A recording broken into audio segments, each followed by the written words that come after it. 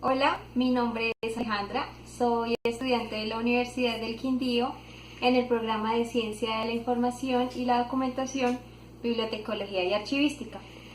Esta es una videoexposición para la materia de Fundamentos en SITBA con el profesor Jairo Hernán Díaz. Bueno, entonces vamos a comenzar. Como les mencioné, vamos a ver unos temas que realizamos en la materia de fundamentos, que es información, ciencia de la información, bibliotecología y archivística. Entonces, vamos a responder, ¿qué es información? Yo ofrezco esta definición que armé ya con todo lo que he investigado, y como información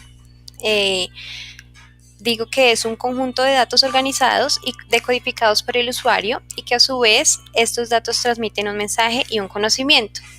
Entonces vamos a ver un poquito más de lo que es el dato, porque cuando me refiero a que está compuesta de datos esta información, a dato me refiero que es la unidad mínima con la que se compone la información. Y cito esta imagen porque creo que refleja lo que entiendo y lo que quiero decir con lo que es el dato, porque cada una de las fichas de este rompecabezas sería el dato. Y cuando ya está armada la información y cuando el usuario la extrae y logra decodificarla, se convierte ya en una información, pero cada una fichita representa en este caso el dato y en su totalidad la información. Entonces hablamos también de los usuarios, porque el usuario es quien decodifica el dato, como les estaba diciendo. Entonces, el usuario de la información es quien utiliza y transforma la información, pero no todos los usuarios son los mismos. Hay diferentes tipos de usuario porque tienen un nivel de conocimiento diferente, las necesidades de investigación son diferentes, bueno, y los usuarios también tienen una clasificación. Entonces decimos que es por su naturaleza, individual o institucional. Individual, entiéndase pues personal, institucional de modo colectivo, organización, empresa. Por vinculación a una institución, entonces sería el interno, externo y ocasional.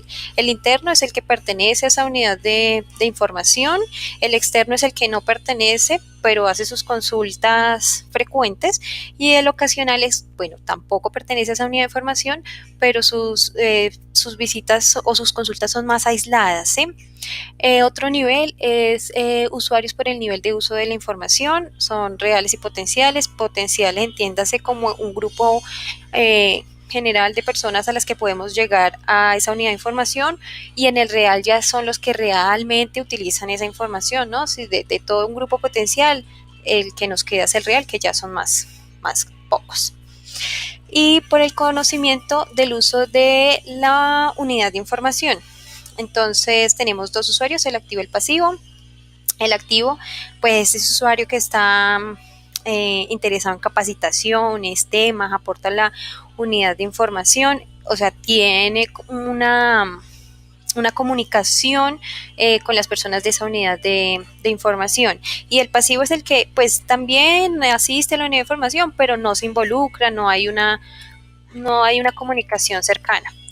Bueno, entonces cuando hablamos de la información necesitamos saber cómo buscarla y cómo recuperarla. Entonces, la recuperación de información, para hacerla necesitamos una búsqueda, y en esa búsqueda necesitamos saber los temas, pues obviamente, que vamos a investigar para poder pues realizar la búsqueda, ¿no? Y para hacer una búsqueda controlada, ¿sí? Para tener un lenguaje controlado en esa búsqueda y que el resultado sea mucho más eficaz, podemos usar los tesauros. Y en cualquiera de estas dos opciones que están aquí se puede encontrar información, ¿no? Ya todos conocemos los buscadores tradicionales, donde encontramos pues que nos sirven para sacarnos de apuros, pero realmente la información valiosa, la información no sé, útil para el conocimiento, se encuentra en esas bases de datos, porque pues la información es confiable, nos aporta para el conocimiento académico, profesional, mientras que ya estos otros buscadores son dudosos. La información que podemos encontrar ahí tal vez no sea la más adecuada. Bueno, en la función de la información, como ya les decía, nos aporta conocimiento, ¿sí? Nos ayuda a cambiar conceptos existentes o aprender cosas nuevas, Y también esta función de la información también depende mucho del usuario, porque está implicado qué es lo que él quiere hacer con esa información y cómo la maneje. La información también tiene unas características y unas propiedades. ¿Para qué sirve esa información? ¿Por qué está ahí? ¿Es buena esa información? ¿Necesito mucha cantidad? ¿Necesito en exceso? ¿O necesito buena información? También nos habla como del costo, la accesibilidad al costo, ¿sí? El valor, el costo sí nos hablamos como de valor en pesos, y otro valor es lo que nos puede aportar, con lo que nos ayuda, lo que hablábamos para la generación de conocimiento. Y en las propiedades, pues obviamente que sea exacta, que sea comparable, que pueda tener varios datos que sean similares, ¿sí? Que sea válida, precisa. Bueno, eso por el lado de la información. Entonces ahora vamos a ver la ciencia de la información.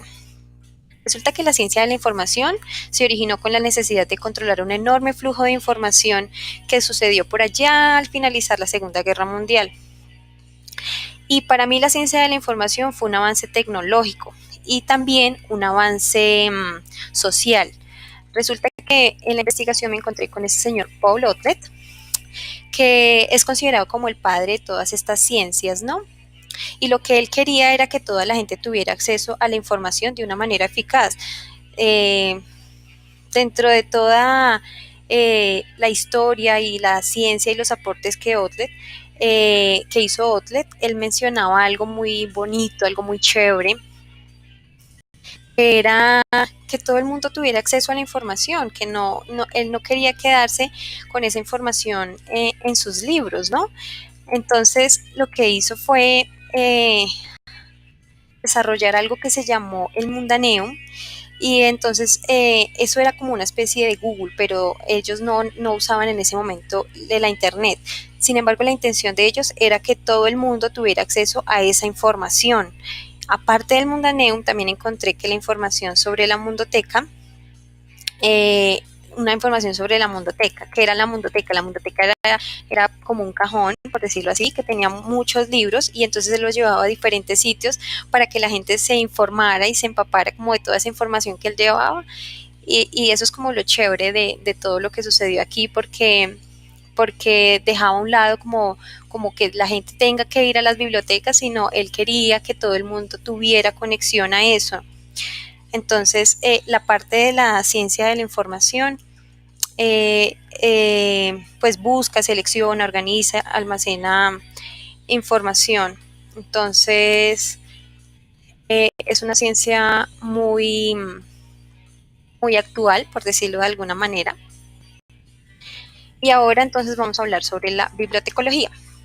Resulta que la bibliotecología es una ciencia que estudia la colección, almacenamiento y distribución de registros impresos o digitales en medio de las bibliotecas. Encontré una definición de bibliotecología y es el conjunto sistemático de conocimientos relativos al libro de la biblioteca. Pero entonces cuando uno dice, bueno, ¿cómo así?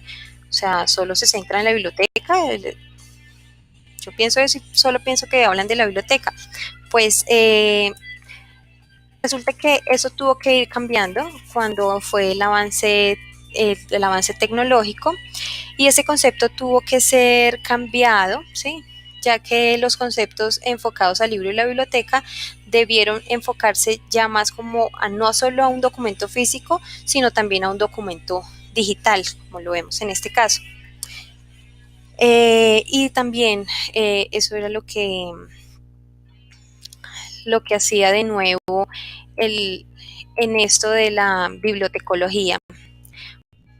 Por el otro lado tenemos la archivística, y en la archivística hablamos de que son los aspectos teóricos y prácticos y las funciones que cumple para poder organizar los archivos. La archivística recolecta, organiza y conserva los documentos para que puedan ser utilizados en el momento que los soliciten. Bueno, esta es una amplia presentación de los temas que he podido aprender en